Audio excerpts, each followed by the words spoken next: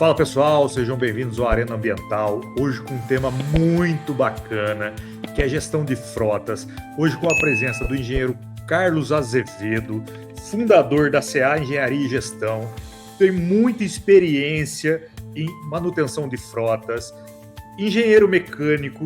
Seja muito bem-vindo, engenheiro Carlos. Hoje a gente quer bater um papo. Eu que sou da área de tratamento de resíduos, de coleta de resíduos, estou muito empolgado com essa conversa, né? E para começar esse bate-papo, eu gostaria de perguntar qual a importância da manutenção de frotas em uma empresa, em uma organização? Olá, Bruno. Primeiramente, agradecer a você aí o convite, a oportunidade de estar compartilhando conhecimento com todos os seus inscritos aí no canal e no mundo afora, né? Porque quando está no YouTube, está no mundo afora. Então, assim, é uma oportunidade excelente e vamos fazer o máximo possível para entregar tudo que nós temos aqui, o melhor que nós temos para fazer. Respondendo sua pergunta, é ter senso de responsabilidade. O gestor, o líder, que aí não vai só do gestor, né? Vai do gestor, vai do encarregado, vai do líder de turma, vai do próprio mecânico, do eletricista, enfim, da pessoa que faz a limpeza na oficina. Todos têm que ter um senso de responsabilidade muito grande em relação ao serviço que está sendo prestado. Porque principalmente quando a gente fala de coleta de lixo, coleta de resíduo sólido, urbana, ou seja, limpeza de cidades, nós estamos falando de saúde pública. Então, na verdade, as pessoas que trabalham com coleta de resíduo, elas são agentes de saúde. Se nós pensarmos num espectro mais amplo dessa atividade, nós promovemos a saúde na cidade ou não, dependendo da qualidade da coleta. Isso começa no equipamento. Se o equipamento não tiver em perfeitas condições de uso, não tiver apto para realizar o trabalho ao qual ele se destina, que é retirar o lixo da cidade e depositar ele num local adequado, já começa errado daí, já começam os problemas de saúde de uma cidade daí. Engenheiro Carlos, agora, muito obrigado pela explicação inicial, mas pensando na manutenção das empresas, né, de todas as organizações, e até mesmo no contexto dos resíduos que eu falei, né, que eu faço parte, que eu tenho conhecimento. Qual o impacto de uma manutenção mal estruturada dentro de uma organização? Né? O que traz de malefício a essa organização? Excelente pergunta. O impacto principal é chegar ao ponto de inviabilizar o contrato. Porque uma manutenção mal feita, mal executada e mal planejada, principalmente, ela pode chegar ao ponto de inviabilizar um contrato. O serviço de coleta de resíduo ele é extremamente severo, ou seja, ele exige muito do equipamento. E para um serviço severo, eu tenho que ter um planejamento que atenda a esta demanda. Se eu não tiver essa demanda atendida adequadamente, logicamente, dentro de um planejamento adequado e dentro de uma execução bem feita, porque também não adianta ser... Você pode ter o melhor planejamento do mundo, se você não tiver uma execução bem feita, você cai por terra todo o planejamento e você continua tendo prejuízo. O prejuízo é absurdo, tá? Então, principalmente no que se trata da questão de consumo de itens rotativos no caminhão, pneus, passando por pneus, consumo de combustível, consumo de lubrificantes. Então, isso é uma linha muito tênue entre você ter uma manutenção controlada com um custo adequado e que vai gerar uma boa rentabilidade no contrato e você passar para um prejuízo. Se você descuidar, rapidamente você passa para um viés de prejuízo e começa a gerar um dano na rentabilidade da empresa. O Carlos, depois a gente vai passar para os indicadores, né? Você já citou alguns aqui, mas antes eu queria falar com o pessoal de casa e gostaria que você nos ajudasse aqui nessa conversa, porque existem basicamente 3 tipos de manutenção, né? Que é a manutenção, a corretiva, a preventiva e preditiva. Você poderia explicar um pouco para a gente esses 3 casos? Sim, isso aí vamos dizer assim, a descrição básica de manutenção. Nós temos os 3 tipos, como você bem citou: corretiva, preventiva e preditiva. A corretiva, como eu costumo dizer, para mim não é nem manutenção, porque é o quê? É o famoso conserta quando quebra. Então, eu espero quebrar para poder realizar o conserto, substituir a peça, fazer o ajuste, enfim. Eu espero acontecer o problema, acontecer o dano no equipamento para poder resolver aquele problema. Eu não me antecipo nada.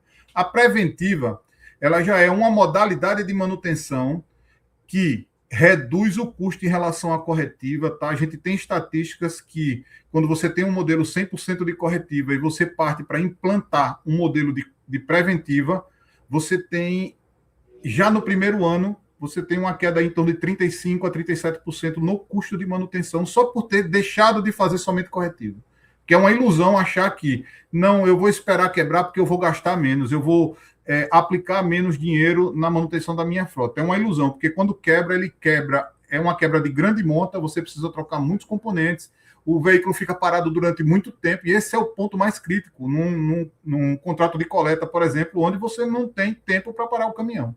Então, a preventiva, você programa a parada, você fica com menos tempo parado, e você, por tempo ou por quilometragem, aí você escolhe, depende da sua demanda, isso daí varia de caso a caso, não existe uma regra fixa, você para e troca aqueles itens de substituição conforme a orientação do fabricante ou conforme a sua demanda de severidade, porque você precisa avaliar. Às vezes, o que o fabricante diz, vou dar um exemplo aqui, por exemplo, se ele diz que você tem que substituir o óleo do motor a cada 10 mil quilômetros ou 6 meses, de acordo com a sua severidade, pode ser que você precise reduzir esse tempo pela metade. Tem que trocar ele a cada 5 mil ou a cada 3 meses. Então, isso varia muito de acordo com o uso do equipamento. Tá? Já na preditiva, você tem mais tecnologia embarcada, você tem ferramentas e um nível de especialização da sua mão de obra também mais elevado, mas você tem uma economia também muito maior, porque aí você já entra com análise de lubrificantes, por exemplo, onde você pega amostras de lubrificantes de tempos em tempos, por exemplo, a cada 1.000 quilômetros rodados, ou a cada uma quantidade de a cada 300 ou 600 horas, você vai fazendo análise nesse lubrificante e vai vendo como vai acompanhando como é a degradação daquele lubrificante. E a partir dessa degradação, você decide se você vai precisar substituir esse lubrificante antes do tempo determinado ou depois. Ou seja, tem uma economia com aquele uso. Na questão de análise vibracional, todo equipamento que tem, toda máquina que tem um elemento rotativo, ela gera vibração. Então, se ela gera vibração, consequentemente, qual é a consequência direta de vibração? Folga. Então, eu vou avaliando a evolução dessa vibração, das frequências de vibração, e a partir dessa frequência de vibração, eu antecipo ou postergo a substituição de um item. Então, é um nível, tecnicamente falando, mais avançado, que gera uma economia muito grande em relação à corretiva. Se a gente tinha da corretiva para preventiva algo em torno de 30% a 35%, quando você parte para uma preditiva, você bota mais uns 10% a 15% em cima da preventiva. Porque você vai adequar e você vai ter o que a gente chama de manutenção de especialização. O que é que significa dizer isso? Eu tenho um plano, eu vou conseguir ao longo do tempo, isso daí não é uma coisa que se consegue rapidamente, mas ao longo do tempo eu consigo gerar um plano de manutenção específico para aquele uso. Por exemplo, uma frota de uma determinada cidade que tem uma característica de relevo. Você tem característica de substituição de alguns itens, como, por exemplo, elementos de freio, de frenagem, embreagem, todo esse tipo de transmissão, todo esse tipo de equipamento. Se você tem uma cidade que tem um relevo muito acidentado, você tem um período de troca. Se você tem uma cidade que é plana, você tem outro nível de troca. Se você tem cidades onde as vias são muito estreitas, as curvas são muito fechadas, tem um grau muito elevado, e você tem dificuldade, você tem diferença de piso, você já tem uma outra característica. E a preditiva vai nesse sentido, de gerar o ponto ótimo de substituição de itens, e aí eu estou falando de lubrificante, de filtro, de freio, de parte de transmissão, de embreagem e por aí vai. Tá? Então, inclusive também de consumo de pneus. Importante falar isso. Então, é um diferencial muito grande, mas exige um esforço também muito grande para implantar. Não é uma situação, você tem que ter gente especializada, tem que ter software de suporte para fazer essas análises também disponível, porque não é o tipo de manutenção que você consegue fazer somente baseado na planilha, vamos dizer assim. Agora, escutando a sua explicação, então a preditiva é uma evolução da manutenção preventiva. Né? Mas ainda, eu imagino que seja muito difícil algumas empresas com a carga de trabalho chegar nessa manutenção preditiva. E penso que a manutenção preventiva, em alguns casos, seja a melhor forma de se trabalhar. Você pode me corrigir, você pode me falar sobre isso, mas você poderia dizer como estruturar uma boa manutenção preventiva? Muito boa sua pergunta. Veja só, a manutenção ela só tem sentido se ela for economicamente viável para o contrato no qual aquela frota está inserida. Então, no final das contas, o custo manda em tudo. Então, não adianta eu querer implantar uma manutenção de classe mundial, que é uma manutenção praticamente preditiva, com muito pouca intervenção corretiva, com todos os parâmetros sendo extremamente controlados, se o meu contrato não permite esse tipo de investimento. Então, deixando muito claro, a manutenção preventiva hoje em dia, para os níveis de contrato, principalmente que nós temos aqui falando de nível Brasil, tá? Nos contratos que nós temos no Brasil hoje, a manutenção preventiva é que se torna economicamente mais viável e mais segura para você manter a sua frota e ter um valor agregado no final do contrato da sua frota bom para você conseguir ter um bom resultado, inclusive na desmobilização dessa frota. Então, dentro da preventiva, o que é que a gente sempre aconselha nas assessorias, nas consultorias que nós fazemos aqui nas empresas? Primeiro, faça o básico bem feito. Então, primeiro, tenha um plano de manutenção claro e faça o seu time de manutenção conhecer esse plano. Não adianta você entregar um checklist com 350 itens de verificação e o seu mecânico lê o checklist e não entender o que está escrito. Então, isso precisa estar traduzido no nível de conhecimento do seu time. Pode parecer redundante isso que eu estou fazendo, mas é um problema que eu encontro com muita frequência.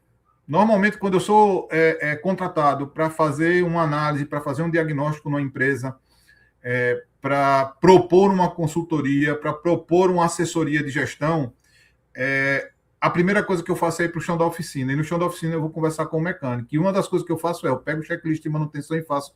Tu sabe o que significa isso aqui?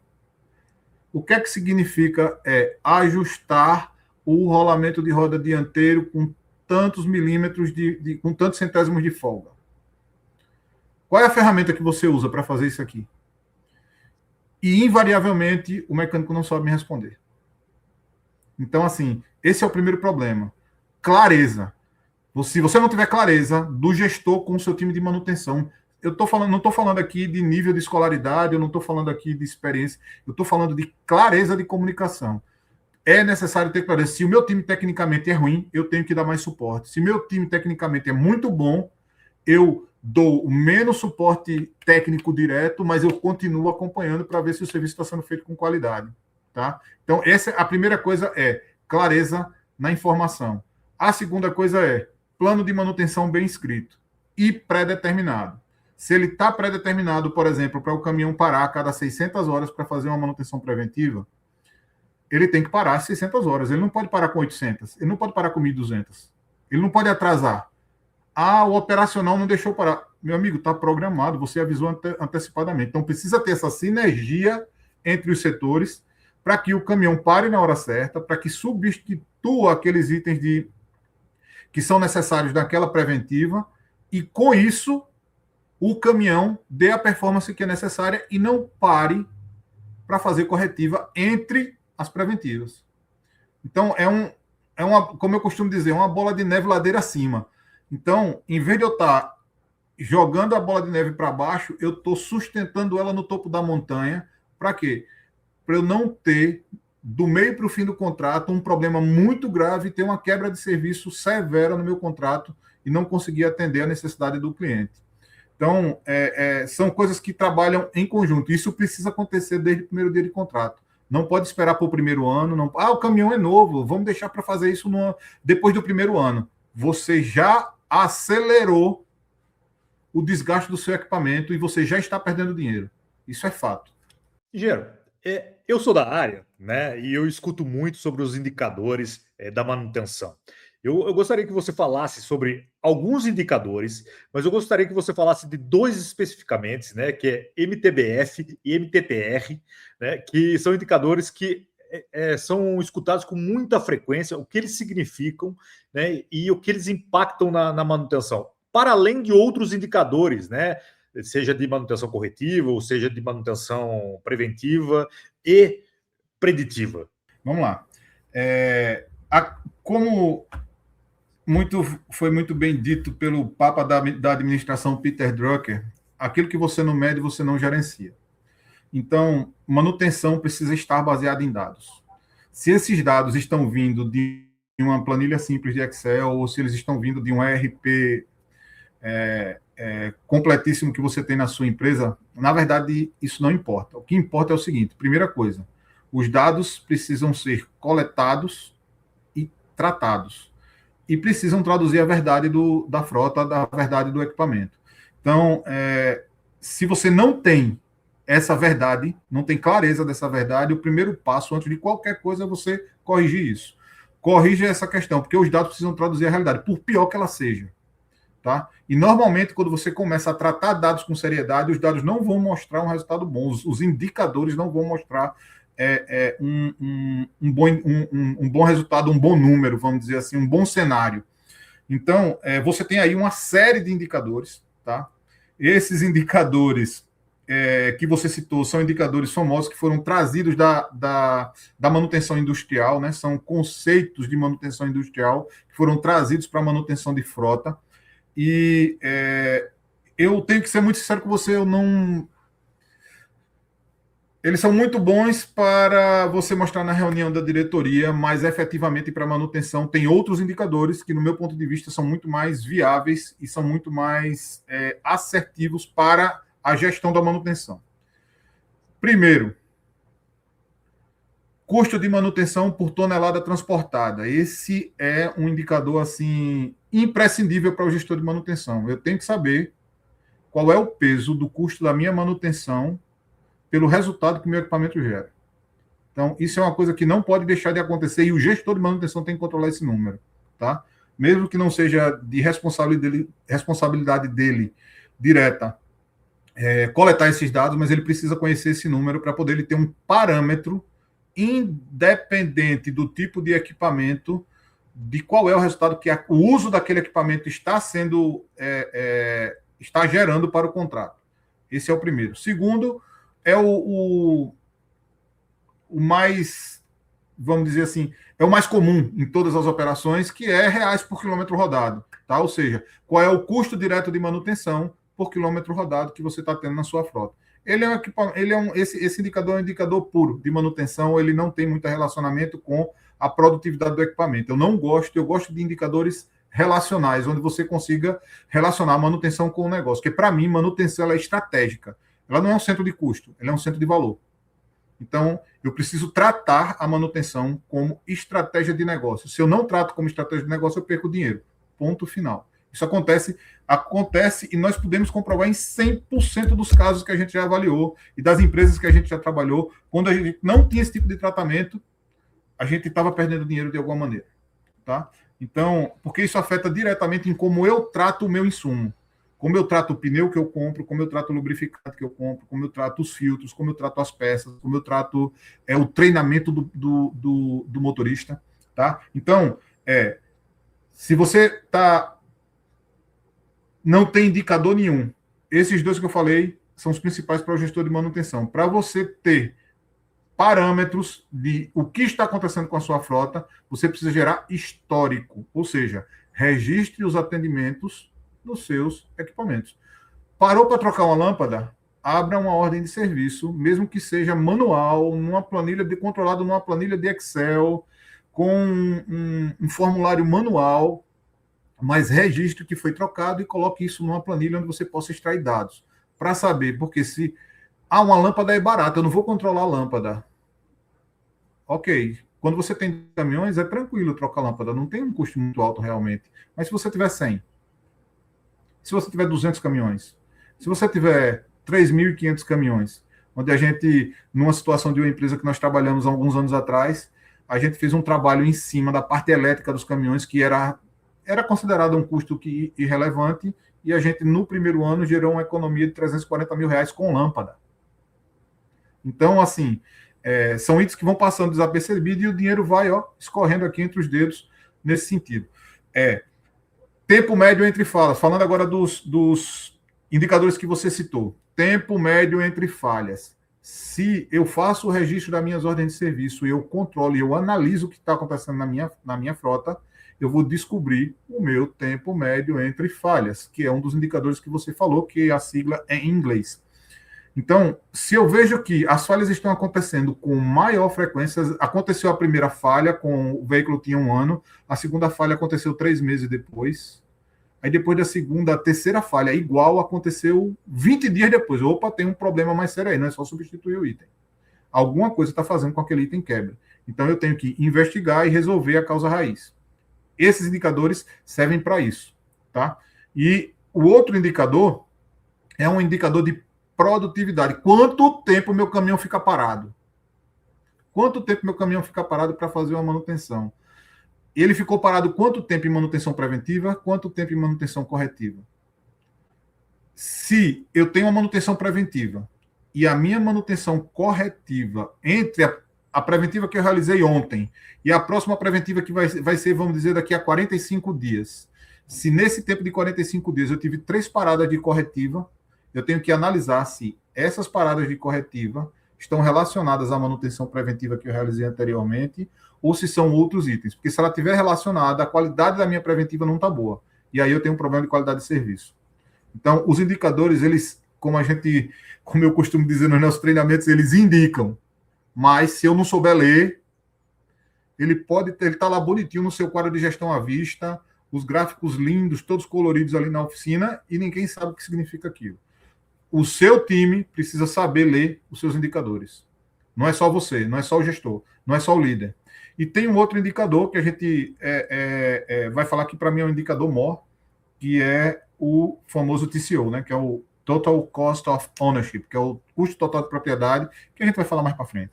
O Carlos, e eu queria fazer uma participação aqui dos indicadores. A gente está falando especificamente sobre resíduos, né? A gente está falando da manutenção de uma frota, mas a gente está falando muito sobre a coleta e a importância desses indicadores, né? Principalmente no tempo de reparo, porque quando a gente pensa num dimensionamento de frota, isso eu fiz até um vídeo e as pessoas podem consultar, que significa a necessidade operacional do que é o que a gente precisa estar no terreno trabalhando, o que é indisponibilidade, né, de equipamentos, são os equipamentos que estarão em oficina por conta do tempo de reparação ou de manutenção preventiva, mas o que é a reserva operacional, os caminhões adicionais que você precisa ter para executar o trabalho em caso de uma falha, né, ou de geração de resíduos acima do esperado.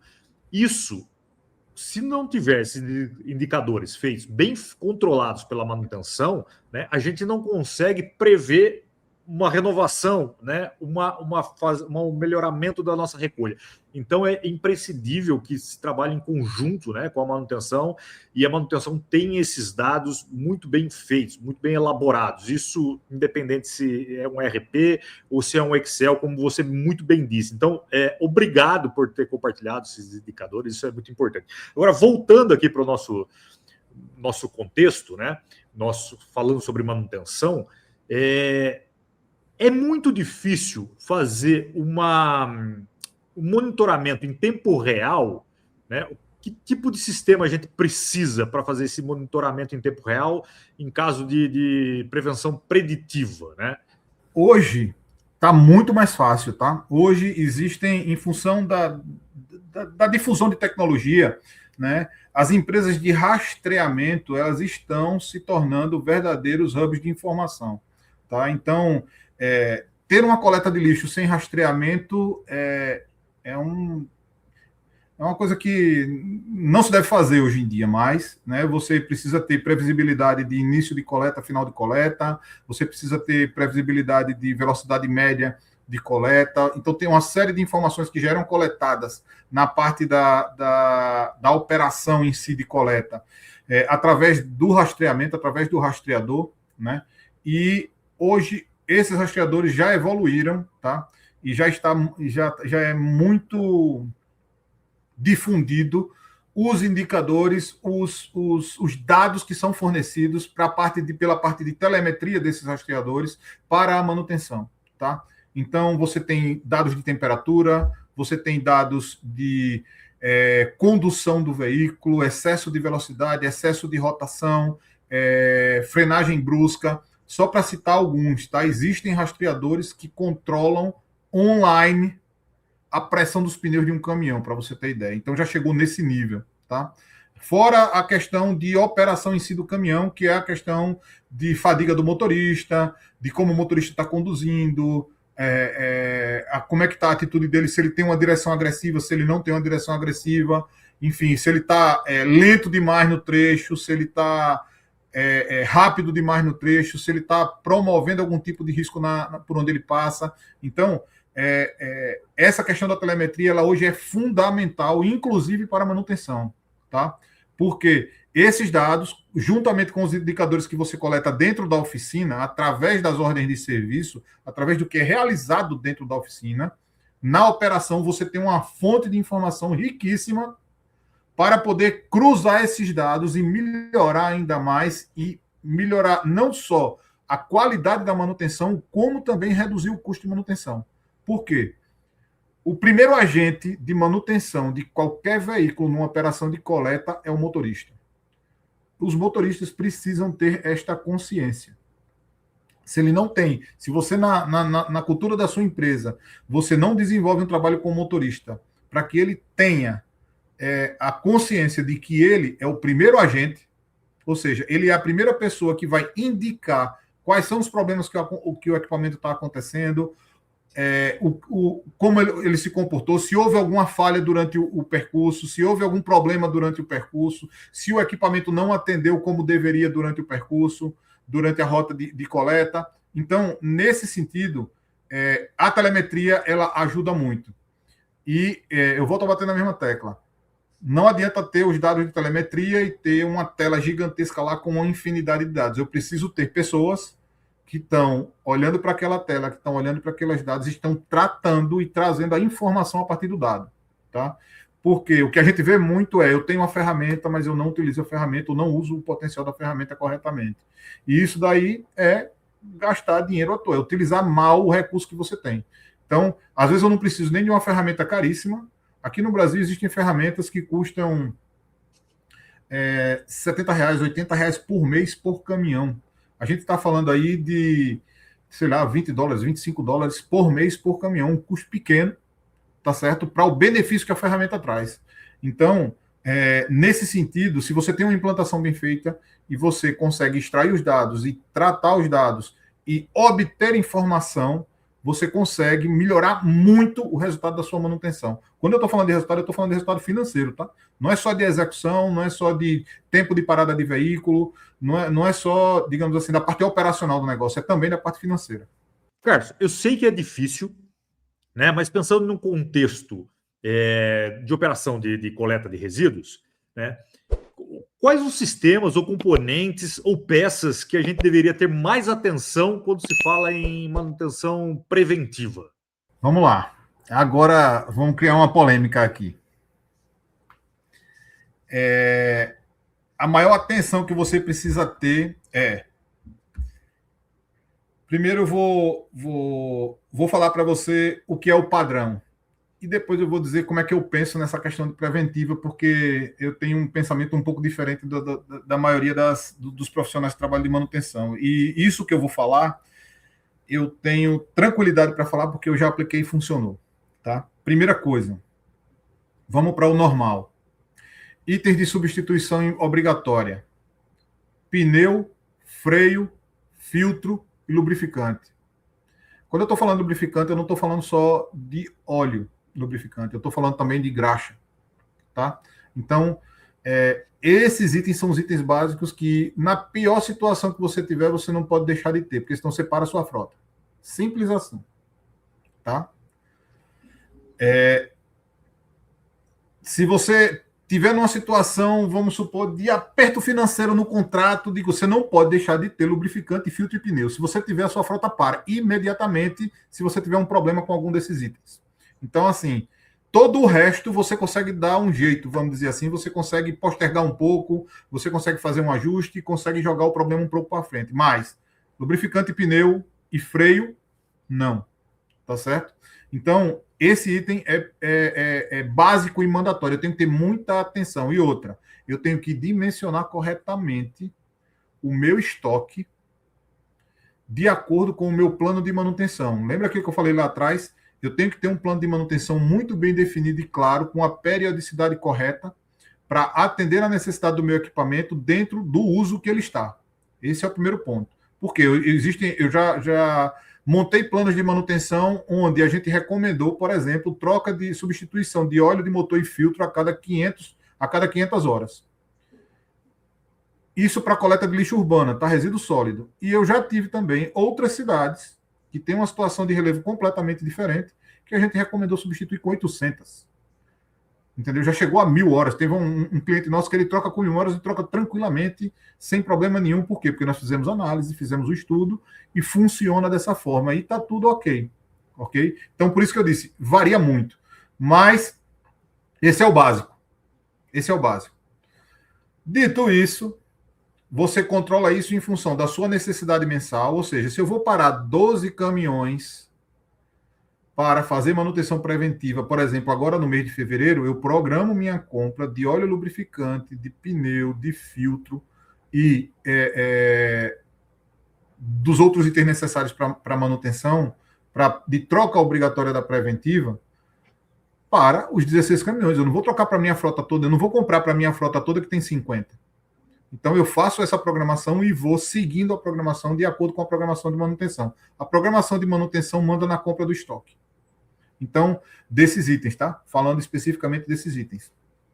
Então, eu faço esse balanço porque eu não coloco muito dinheiro na prateleira, não fica item lá parado 3, 4 meses esperando para poder fazer uma troca, e eu consigo manter minha frota em dia, com a manutenção em dia, investindo o mínimo possível para poder fazer aquilo acontecer. Então, precisa ter essa inteligência de o setor de manutenção conversar com o setor de compras, informar para o setor de compras antecipadamente quantas preventivas ele vai fazer, perdão, quantos litros de óleo serão necessários, quantos filtros serão necessários, quantos jogos de lona de freio são necessários, quantos pneus serão necessários para fazer a substituição de acordo com o que ele vai parar ali ao longo do tempo. Então, você consegue fazer esse escalonamento, você não segura muito dinheiro na prateleira, dentro do seu estoque, e você consegue ter um fluxo de caixa mais adequado. E outra coisa, um erro que muitas empresas cometem, compra tudo de uma vez. Eu vou fazer minha compra mensal, vou comprar tudo de uma vez, vou deixar aqui o mês inteiro. Escalona ao longo do mês. Faz um pedido até o dia 10, um pedido para atender até o dia 20, um pedido para atender até o final do mês. Escalona com o fornecedor. Você vai precisar de uma área menor de estoque na sua empresa, dentro da sua base, e você vai conseguir atender a sua frota de acordo com a chegada do item. E você tem, consequentemente, um faturamento de itens num volume menor, distribuídos ao longo do mês, você não gera um pico de fluxo de caixa de pagamento no mês seguinte. Então, precisa aliar esses dois lados, para que isso daí se torne adequado e tenha um fluxo de caixa, de saída de caixa, muito linear em relação à manutenção. Isso ajuda muito na condução do contrato, porque a gente sabe que existem picos que são inevitáveis no contrato, que é, por exemplo, pagamento de folha, pagamento de impostos, esse tipo de coisa. Então, você intercala. Imagine se eu compro tudo no início do mês, onde eu tenho folha de pagamento para pagar, e aí eu faço toda a compra do mês junto com o pagamento da folha. No outro mês, eu vou ter todo o pagamento de folha e vou ter tudo que eu comprei no mês anterior para pagar no mês seguinte. Então, eu tenho um pico de caixa gigantesco, tá? E se a minha renda, se a forma como eu trabalho, como eu recebo do meu cliente não permite isso, como é que eu vou fazer? Aí lá vem o custo financeiro, aumenta o custo financeiro, começa a inviabilizar e perder margem no contrato. Então, isso, tá, que eu estou falando, é uma posição do gestor de manutenção. O gestor de manutenção tem que estar preocupado com isso. Não é, isso aí é responsabilidade do gestor do contrato, é da diretoria. Não. Isso é responsabilidade primária do gestor de manutenção. Se ele não tiver esse cuidado, se ele não tiver essa linha de atuação também nesse lado financeiro, ele não vai conseguir comprar ferramenta, ele não vai conseguir dar treinamento para o pessoal dele. Por quê? Porque não vai sobrar dinheiro. Simples assim. Entendeu? Então dificulta muito a vida para ele mesmo. Agora, engenheiro Carlos, você já falou, já comentou sobre isso, mas eu gostaria de reforçar aqui, porque eu acho que é um ponto muito importante, a padronização dos procedimentos dentro de uma manutenção, né? Você poderia falar para a gente aqui a importância dessa padronização? Eu já sei que foi falado, mas eu gostaria muito de reforçar esse ponto. É muito importante realmente frisar esse ponto aí. Por quê? Porque isso está muito relacionado ao que eu falei lá no início da questão da comunicação. O gerente de manutenção ele não pode agir de maneira individual dentro de um contrato. Ele tem que estar conversando muito com a operação, tem que estar conversando muito com o setor de compras, tem que estar conversando muito com o administrativo da empresa. Para quê? Para que haja uma sinergia entre esses departamentos e isso daí faça com que a manutenção funcione bem.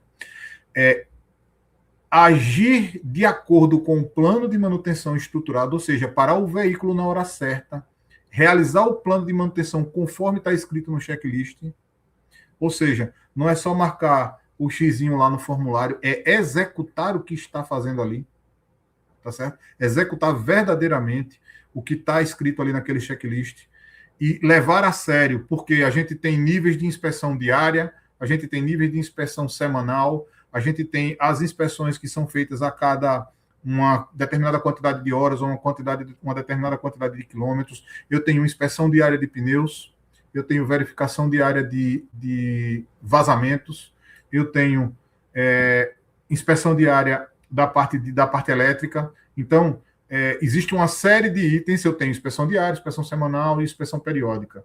Então, dentro de cada nível de inspeção, eu preciso ter responsabilidade na execução. Se não houver essa responsabilidade, a execução sai mal feita e o carro quebra na rua. O carro quebrou na rua é a pior situação possível. Existem contratos onde o cliente glosa a hora de serviço se o caminhão parar na rua. Tá? Aqui no Brasil existem algumas cidades que trabalham nesse modelo. Então, isso é um prejuízo gigantesco para a empresa. Eu já vi situações onde você simplesmente perde o faturamento do caminhão naquele dia inteiro. Ou seja, você vai ter que coletar, você vai ter que tirar o lixo da rua e o seu serviço vai ser de graça. Porque você parou o caminhão na rua por mais de um determinado tempo. Tá? Que no caso lá era 1 hora. O caminhão não podia ficar mais de 1 hora parado, quebrado na rua sem atendimento. Se ele passasse de 1 hora, o fiscal via lá e já anotava, já fazia a glosa do dia. Então é muito sério essa questão. Muito sério. A manutenção que está prevista no plano de manutenção, seja ela diária, semanal, periódica por hora, periódica por quilometragem, ela precisa ser bem executada. E essa responsabilidade ela é da manutenção e também da operação. A operação não pode chegar para a manutenção e dizer assim, não, ó, tá com um barulhinho aqui, mas deixa eu coletar só mais um turno. E aí, nesse coletar mais um turno, o caminhão quebra lá na célula do aterro, carregado num dia de chuva. Uma operação que na oficina poderia durar 20 minutos para resolver, vira 4 horas lá no aterro, para poder tirar o caminhão de onde ele está. Então, essa responsabilidade ela não é exclusiva da manutenção, ela também é da operação. Então, precisa haver essa sinergia. Se não houver essa sinergia, você vai ter problema. Isso é certo, eu não tenho dúvida nenhuma do que eu estou falando. Tá certo? Já vi acontecer, mas muitas vezes. Mas se não houver essa sinergia, a gente não vai conseguir fazer com que a operação flua e o serviço seja atendido para o cliente com a melhor qualidade possível. Então, se você quer isso, o gerente de manutenção precisa conversar com o gerente da operação. Às vezes a gente não tem a figura do gerente da operação, é o próprio gerente de contrato que atua como gerente de operação, mas isso precisa conversar. E se for a mesma pessoa, ele precisa ter essa visão ampla. E dizer, não, peraí, eu tenho que agir dos dois lados. Eu não posso... normalmente a gente vai no sentido de eu tenho que dar prioridade para a operação. Mas se a manutenção não acontecer, a operação para. Então, essa sinergia, ela precisa acontecer. Não é só uma questão de papel, não é só uma questão de treinamento, não é uma questão de responsabilidade. Tá?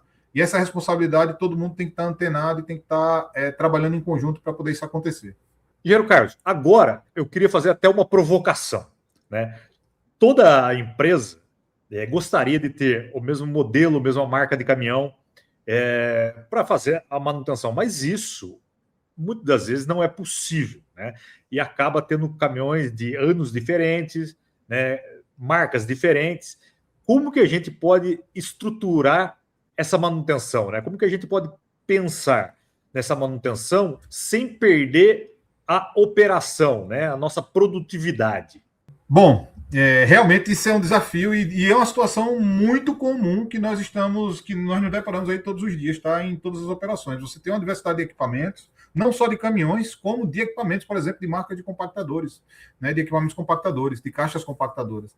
E essa diversidade, ela traz um aumento de complexidade para a manutenção, mas como é que você resolve esse problema? Com uma atitude, rigor técnico.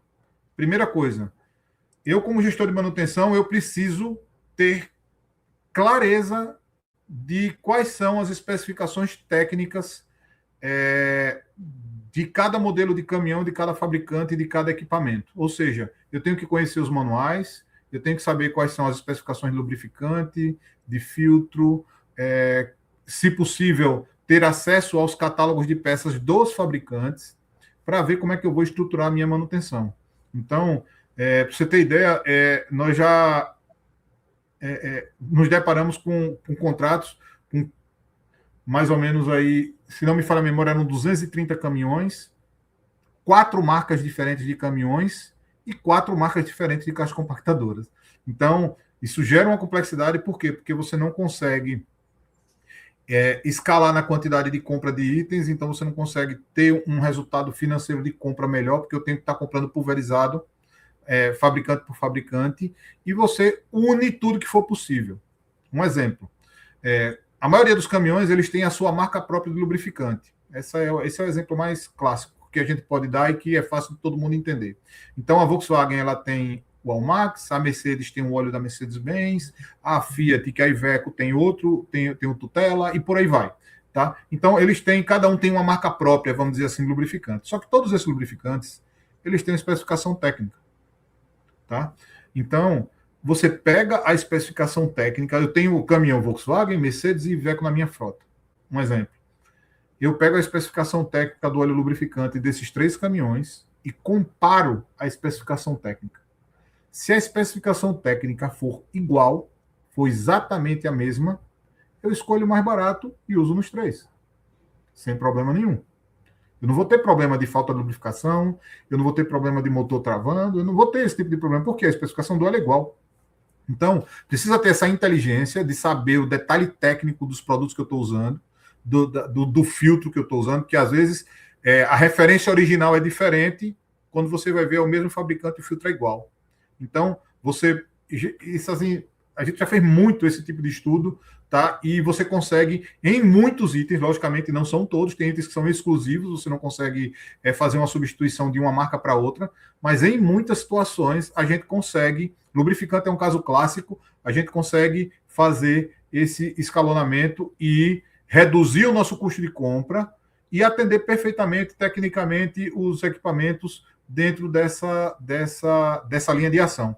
Então, fora isso daí, tem um outro detalhe. E qual é o outro detalhe? Ferramenta. Existem ferramentas que não são compatíveis de uma marca para outra. E eu preciso ter atenção nisso.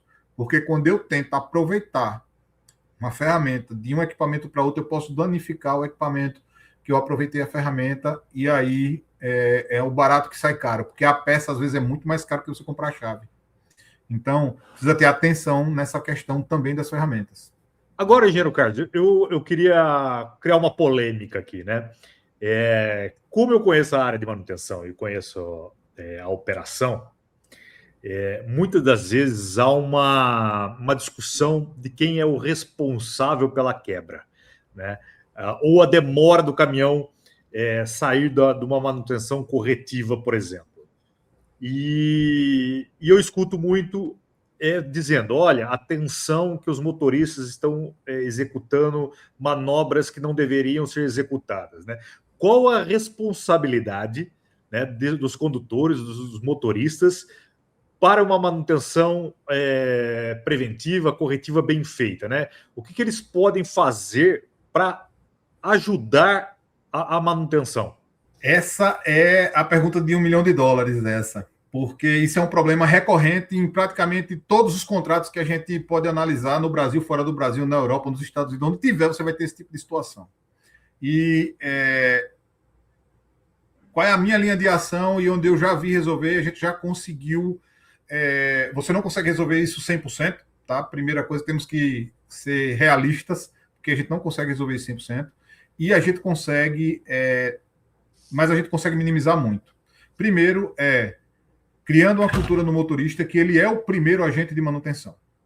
Ele é o primeiro responsável pela manutenção, porque ele está conduzindo o veículo. Segundo, dar conhecimento técnico ao motorista sobre o equipamento. O motorista precisa conhecer muito bem o equipamento que ele está operando.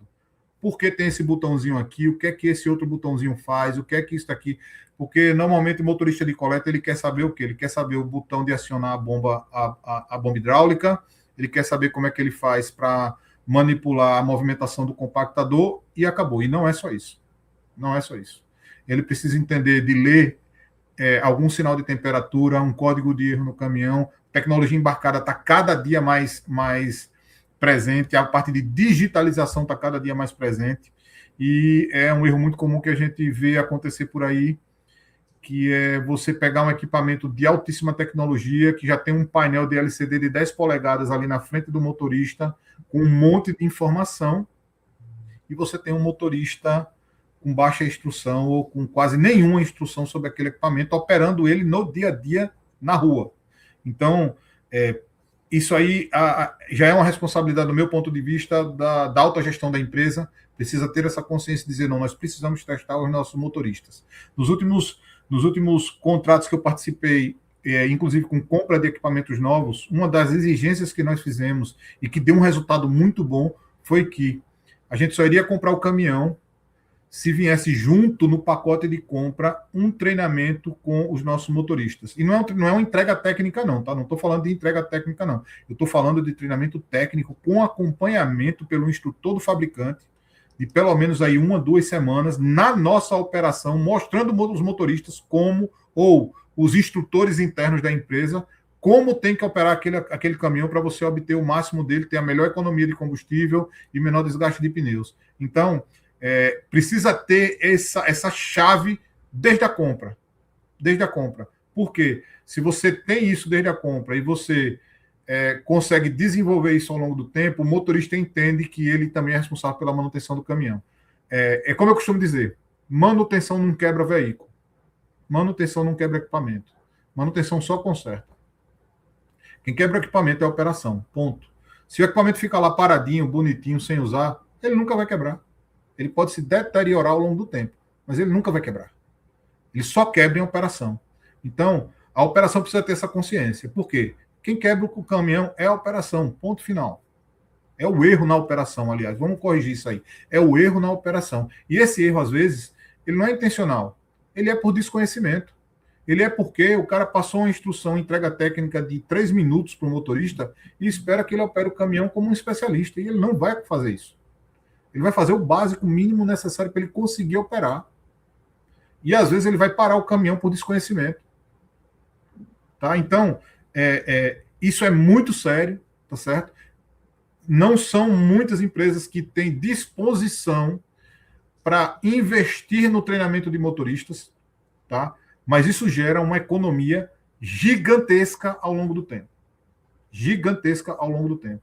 Então, nós temos um cliente nosso aqui, um grande player aqui no Brasil, que é um exemplo bom de treinamento de motorista e que gerou uma economia gigantesca ao longo do tempo. Eles têm dados. Infelizmente, eu não posso falar o nome aqui, não posso divulgar, mas é real. Eles têm dados de economia com substituição de peça, com quebra de caminhão, com tempo de veículo parado, somente com treinamento de motorista e treinamento de condução econômica, treinamento técnico para o motorista conhecer o equipamento, entender o que significa cada coisa, como ele tem que agir em cada situação, entendeu? Então, assim, é uma prática muito boa, eu recomendo fortemente a todos os meus clientes e todo mundo que me pede uma dica sobre isso, eu digo, primeira coisa, institua um instrutor, encontre um motorista com perfil de professor, de ensinar os outros, treine muito bem esse cara, principalmente com o próprio fabricante do equipamento, e faça ele multiplicar isso dentro da sua frota. Isso é um investimento assim que vai se pagar muito rapidamente. Ele não é um investimento alto, é um investimento que vai se pagar muito rapidamente e vai trazer uma economia ao longo do tempo no seu contrato absurda, gigantesca, tá certo? Então essa é a coisa. Primeiro, não adianta a operação brigar com manutenção e não adianta ficar um apontando o dedo para o outro, tá? Por quê? Porque quando eu opero mal e eu gero uma quebra, ou seja, uma falha não programada, uma parada não programada, que é a corretiva. Quando eu gero uma parada não programada, normalmente essa parada ela é muito mais longa do que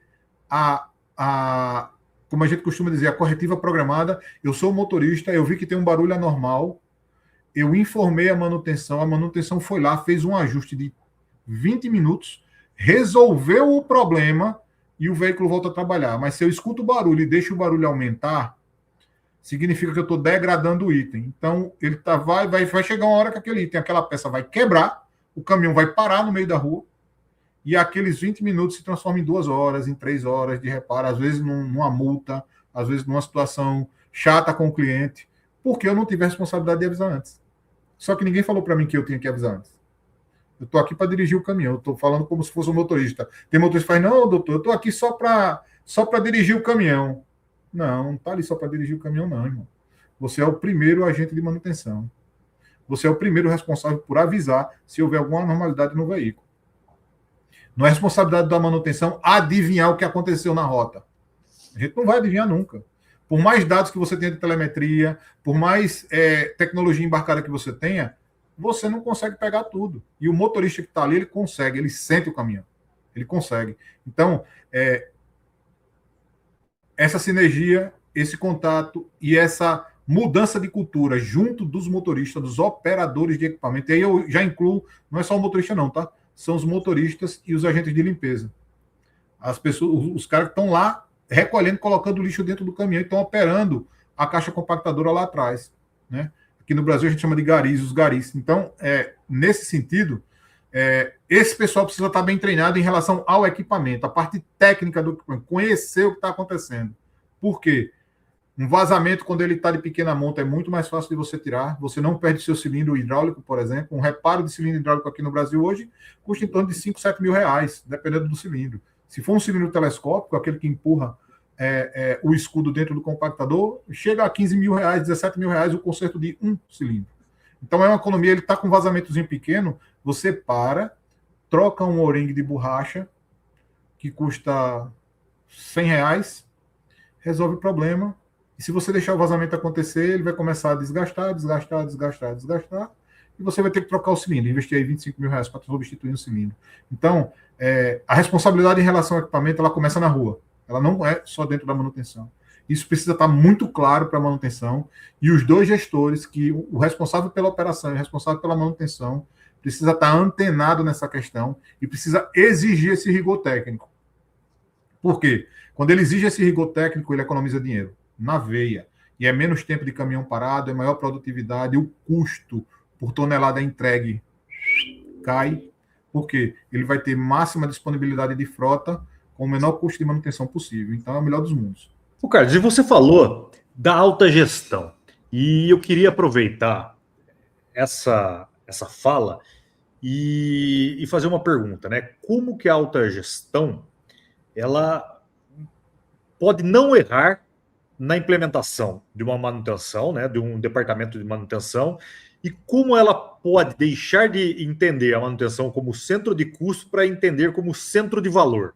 Essa pergunta ela é uma pergunta extremamente fácil de você entender, que é o seguinte: alta gestão, ela logicamente ela tem a responsabilidade por ver o macro. Ela talvez não vá descer, dependendo do tamanho da operação, ela não vai conseguir descer lá na execução para conseguir entender os problemas. Então, ela precisa, primeira coisa, ter um fluxo de informação muito bom entre o operacional, tático e estratégico. Então, dentre esses níveis, dentro da empresa, ela precisa ter um fluxo de comunicação, tanto do operacional para o estratégico, como do estratégico para o operacional, muito claro, não pode ter dúvida no que está se pedindo, no que quer, quais são as diretrizes, como isso deve ser feito, qual é a limitação financeira, qual é a limitação operacional. Então, isso precisa estar muito claro para que você tome decisões cada vez mais assertivas. Então, isso tem que estar par e passo ali. Não pode ser uma coisa que você faz lá no início do contrato, quando você está dimensionando frota, e acabou e fica o resto. Não, tem que ser feito periodicamente, porque a situação de contrato muda ao longo do tempo. Então, você precisa estar alinhado nessa questão, tá? Precisa haver essa abertura de comunicação. Isso vai fazer com que o erro seja minimizado. Ninguém escapa, né? A única coisa que é inerente a todos os seres humanos é que a gente vai errar. Então, mas aquela coisa, quem não tenta não erra. Quem não erra não tem a possibilidade de crescimento. Então, o erro vai acontecer. Isso é fato. Mas o que é que eu posso fazer para minimizar o erro? Com quem eu preciso conversar? Eu que sou autodireção, sou diretor, sou dono da empresa. Como eu preciso conversar com o meu time de gestores? Como eu preciso conversar com o meu time de líderes? Para que eles tenham abertura para me contar o mais rápido possível o que está acontecendo, para a gente junto resolver o problema. Por quê? Porque o problema vai acontecer. Simples assim. Então, se eu tenho meus processos bem definidos, eu tenho as pessoas-chaves nas posições corretas, né? Eu tenho um bom gestor de manutenção, eu tenho um bom gestor operacional, eu tenho um processo bem definido, as pessoas estão no lugar certo, com o processo certo, entendem como o processo deve funcionar, a probabilidade de sucesso aumenta absurdamente. Absurdamente. E a alta gestão ela não pode se eximir. Ela tem que delegar, mas quando você delega, implica em outra coisa, que é um negócio chamado acompanhamento. E aí vem através de quê? Não é só através de indicador, não é só através do gráfico. É conversa, olho no olho. Quais são suas dificuldades? O que é que está acontecendo? Como é que está o comportamento da frota? Como não está o comportamento da frota? Você está tendo alguma dificuldade para poder conseguir realizar o trabalho da manutenção? O que é que está acontecendo? Precisa fazer uma reunião entre departamentos junto com a alta gestão para poder resolver algum problema de comunicação entre eles? Os times estão alinhados em relação ao objetivo que tem que acontecer? Então, se não houver clareza nisso daí, isso aí é uma responsabilidade da alta, no meu ponto de vista, é uma responsabilidade da alta direção. Se isso não acontecer, a probabilidade de sucesso cai muito. Muito, muito. Por quê? Um contrato de coleta de resíduo sólido, ele pode ser um contrato extremamente rentável, extremamente benéfico para a empresa, extremamente benéfico para o negócio, mas ele também pode ser o motivo da quebra da empresa. E isso começa exatamente nesse alinhamento. Se esse alinhamento estiver bem feito, se as diretrizes estiverem colocadas de forma clara, todo mundo tiver clareza de onde precisa chegar e do que precisa fazer para chegar, aí, meu amigo, céu de brigadeiro, como a gente costuma dizer, entendeu? Você não vai ter problema nenhum e você vai estar todo mundo seguindo na mesma linha. E os problemas que forem acontecendo, eles vão sendo resolvidos no tempo certo, do jeito certo, com o menor custo possível. Então, comunicação é a base de tudo, mas a comunicação com ação. Somente conversar não adianta, não. Tem que conversar e agir, conversar e agir, conversar e agir. É o famoso ciclo PDCA. Então, você vai entrando nesse ciclo de melhoria contínua o tempo todo. Isso entra na cultura da empresa e aí a probabilidade de dar errado é muito pequena. Muito pequena. Ô, Carlos, escutando você aqui, isso me traz à tona todos os desafios que a gente enfrenta no dia a dia, né? Foi, assim, um bate-papo técnico muito bom, esclarecedor. A gente está chegando ao final, mas eu gostaria que você falasse um pouco, né, do engenheiro Carlos Azevedo e da empresa CA Engenharia e Gestão. Vamos lá. Muito obrigado aí pela oportunidade, né? Bom, eu sou o Carlos Azevedo, brasileiro, alagoano, com muito orgulho, pai de 3 filhos, um engenheiro e 2 médicos, atuo no mercado de manutenção há 30 anos, estou completando esse ano 30 anos de ação exclusivamente com manutenção veicular e manutenção também industrial, um pouco de manutenção industrial, mas principalmente focado em manutenção de frota, tá? Desde veículo leve, de moto a extra pesado, passando por linha de construção civil, linha de pavimentação, equipamentos de pavimentação, construção civil pesada, equipamento de mina, enfim, a gente já gravitou aí em todas essas áreas. Hoje, desde 2011 eu tenho minha empresa aberta, a Carlos Azevedo Engenharia e Gestão, está aparecendo aí na tela. Hoje nós trabalhamos com assessoria de gestão, assessoria técnica e consultoria, focado na gestão de frotas. Nós desenvolvemos uma metodologia chamada RSI, que é a Resultado Sistêmico Integral, e ela é baseada num tripé muito simples. Pessoas mais processos é igual a resultados extraordinários. O que é que eu quero dizer com isso? Isso nessa ordem. Para nós, tudo começa nas pessoas, que junto com os processos bem alinhados vão gerar os resultados que a empresa, que o negócio precisa, ou até superar esses objetivos, esses resultados esperados. Porque se a gente não trabalhar as pessoas inicialmente, você pode ter o melhor processo da face da Terra, ele não vai funcionar bem.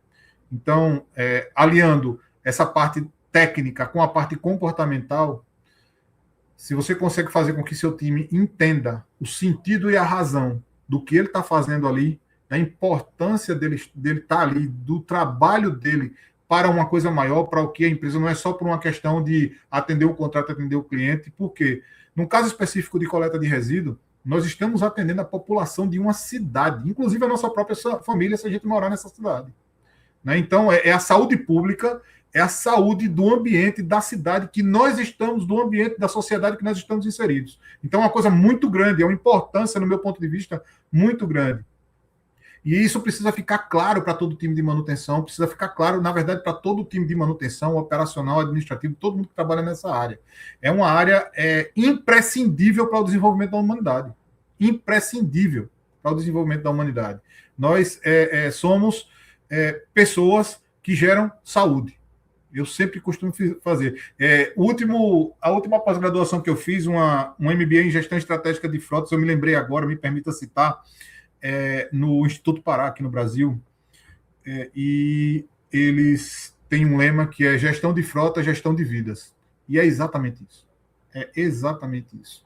Então, a gente tem toda a parte técnica, e quando você alia a parte técnica a parte comportamental, ou seja, o que a pessoa quer para a vida dela, tudo acontece de maneira mais fácil, você trabalha menos para ter um resultado melhor. E a nossa linha de ação, a nossa prestação de serviço vai exatamente nessa linha. E me permita também, eu estou aproveitar para dizer que a gente está iniciando também o nosso canal, focado em manutenção, um canal chamado Manutenção Estratégica. Logo, logo a gente vai estar publicando os primeiros vídeos. Eu acredito que o primeiro vídeo será esse vídeo aqui, junto com o Bruno. E agradecer a oportunidade, realmente, são poucos os momentos que a gente tem de bater um papo técnico com gente da área e poder espalhar o pouco que a gente conhece, o pouco que a gente já viveu, o pouco que a gente já vivenciou para o mundo, né? Já que vai estar aí no YouTube, aí no canal do YouTube online. Engenheiro Carlos, foi um prazer tê-lo aqui. Eu tenho certeza que o seu canal vai ser um sucesso. Você transmite informação com clareza, né, objetividade e demonstra grande conhecimento. Isso é o mais importante. Então, quero reiterar aqui o meu agradecimento por disponibilizar seu tempo. Eu sei quão precioso é. Desejo sucesso à CA Engenharia e Gestão, ao canal. Conte comigo para o que você precisar, né? Eu tenho certeza que sucesso vai ser porque você, qualidade técnica e competência, tem de sobra. Muito obrigado por essa participação e até a próxima. Até a próxima, muito obrigado e estamos à disposição. É só entrar em contato aí conosco aí pelas redes sociais, pelo canal do YouTube, enfim, Instagram. E a gente está à disposição aí, qualquer dúvida que tiver. E se houver oportunidade de novos convites, não hesite aí em nos convidar, que a gente vai estar participando com muita satisfação. Ok, muito obrigado e até mais. Valeu, até logo. Tchau, tchau, até a próxima.